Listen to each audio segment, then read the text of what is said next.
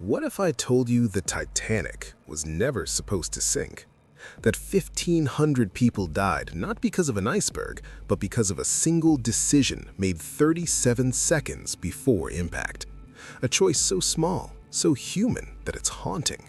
The kind of split-second judgment that separates survival from catastrophe. April 14th, 1912, 11:40 p.m. One turn of the wheel, one wrong move, and history changed forever. The North Atlantic was glass that night. No moon, no wind, just endless black water stretching into oblivion. Perfect conditions for sailing, perfect conditions for dying. If you're fascinated by moments where everything hinged on a single choice, hit that subscribe button, drop a like on this video, and down in the comments tell me, if you could change one decision in history, what would it be? Because tonight, we're dissecting 5. This isn't a story about an iceberg. It's about warnings ignored, keys lost, protocols abandoned, and ships that watched from the darkness. It's about the paralysis that happens when you have seconds to decide and eternity to regret. We're going back to that night, to the exact moments where fate could have turned, where 1,500 souls could have seen the sunrise, and where the world as we know it could have been completely, unrecognizably different.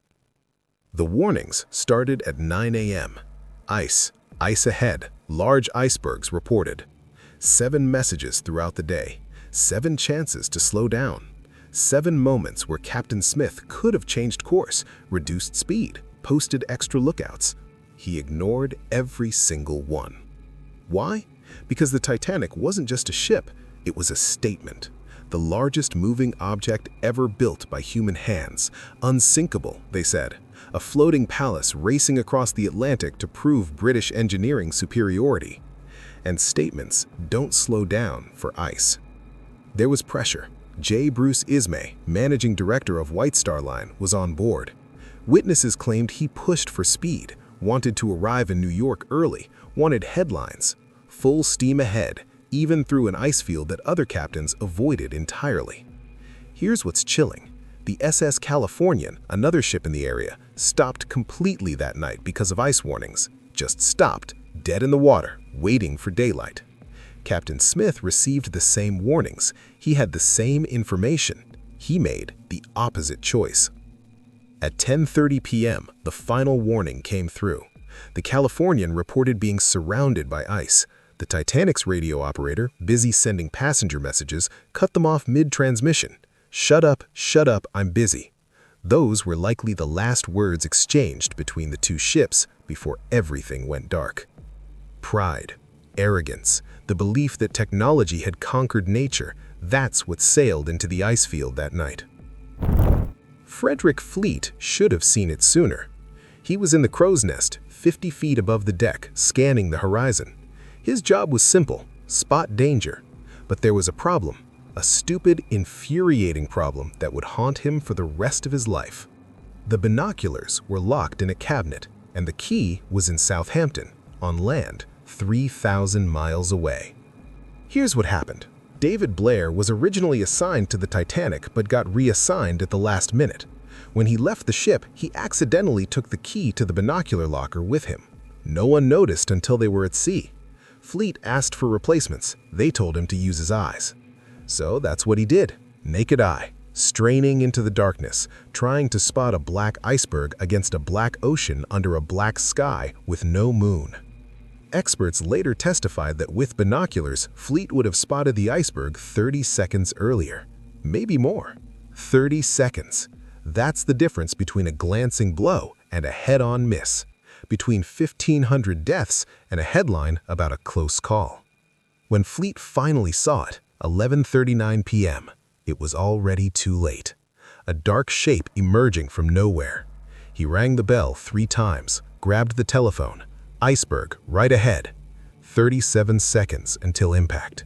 And Frederick Fleet spent the rest of his life knowing that a key in someone's pocket killed everyone he couldn't save. First Officer William Murdoch had seconds to decide. "Iceberg, right ahead!" The words came through the telephone. He looked up, saw it.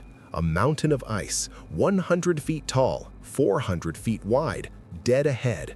and he made a choice that doomed the ship.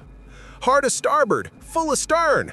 He turned the wheel, reversed the engines, standard collision avoidance procedure. The Titanic began to swing left, trying to slide past the iceberg.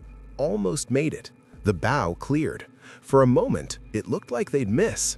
Then, the iceberg scraped along the starboard side, a sickening, grinding sound. Steel buckling, rivets popping, ice shredding the hull like a can opener. 6 compartments breached, 300 feet of damage, and the Titanic began to die. Here's the cruel irony. If Murdoch had done nothing, if he'd simply hit the iceberg head-on, the ship probably would have survived. Naval architects confirmed this later. A head-on collision would have crumpled the bow, flooded maybe 1 or 2 compartments. The Titanic was designed to stay afloat with 4 compartments flooded. Everyone would have been injured, maybe some deaths from the impact, but the ship would have limped to New York. Instead, the glancing blow opened 6 compartments to the sea.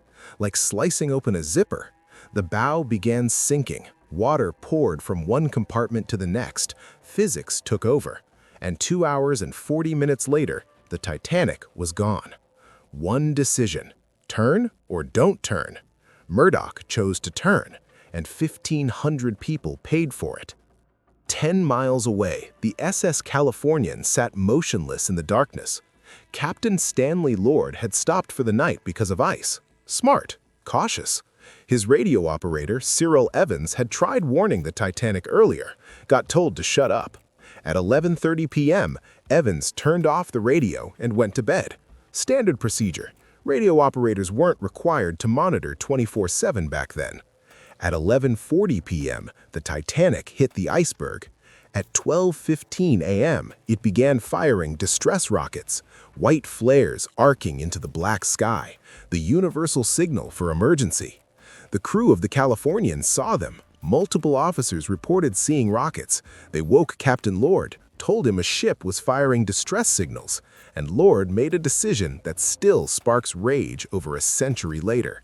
He did nothing.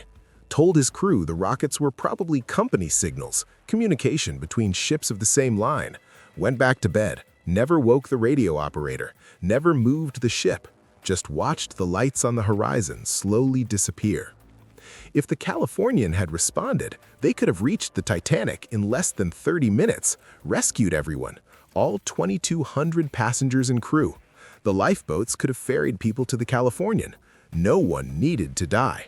Instead, Captain Lord slept, Cyril Evans slept, the radio stayed silent, and 10 miles away, people froze to death in the water, screaming for help that never came. The Californian arrived the next morning, after the Carpathia had already rescued the survivors, after 1,500 bodies had already sunk into the abyss. Lord spent the rest of his life defending his decision. History never forgave him. But here's the question no one asks. What if the Titanic had survived? What if those warnings were heeded, those binoculars found, that turn never made, that ship 10 miles away actually responded? What if 2,200 people arrived in New York on April 17th and the Titanic became just another successful crossing? The world would be unrecognizable, and not in the way you think. Without the Titanic disaster, maritime safety laws would have remained unchanged for decades. No Solace Treaty in 1914, no requirements for enough lifeboats, no 24/7 radio monitoring, no ice patrols in the North Atlantic. Ships would have kept sailing the same way, overconfident, under-equipped, arrogant. And eventually, a worse disaster would have happened. Maybe not 1,500 dead, maybe 3,000, maybe more.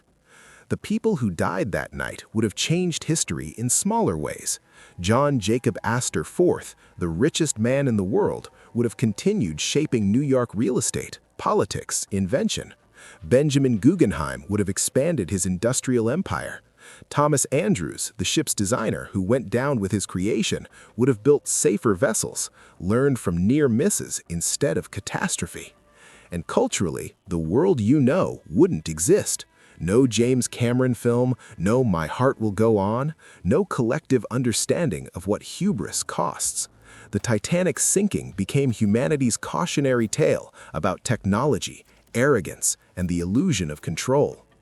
Here's the paradox that should terrify you. Those 1,500 deaths probably saved hundreds of thousands of lives in the century that followed. One night of horror created regulations that protected generations. The Titanic had to sink for the world to learn. And that's the cruelest truth of all.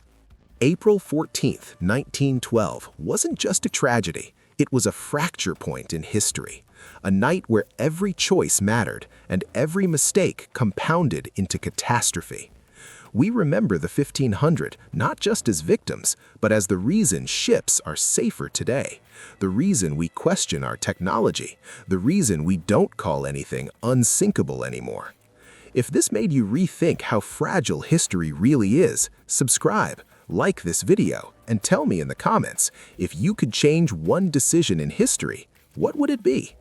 Because sometimes the world changes in 37 seconds, and sometimes it's the disasters we remember that save us from the ones we don't.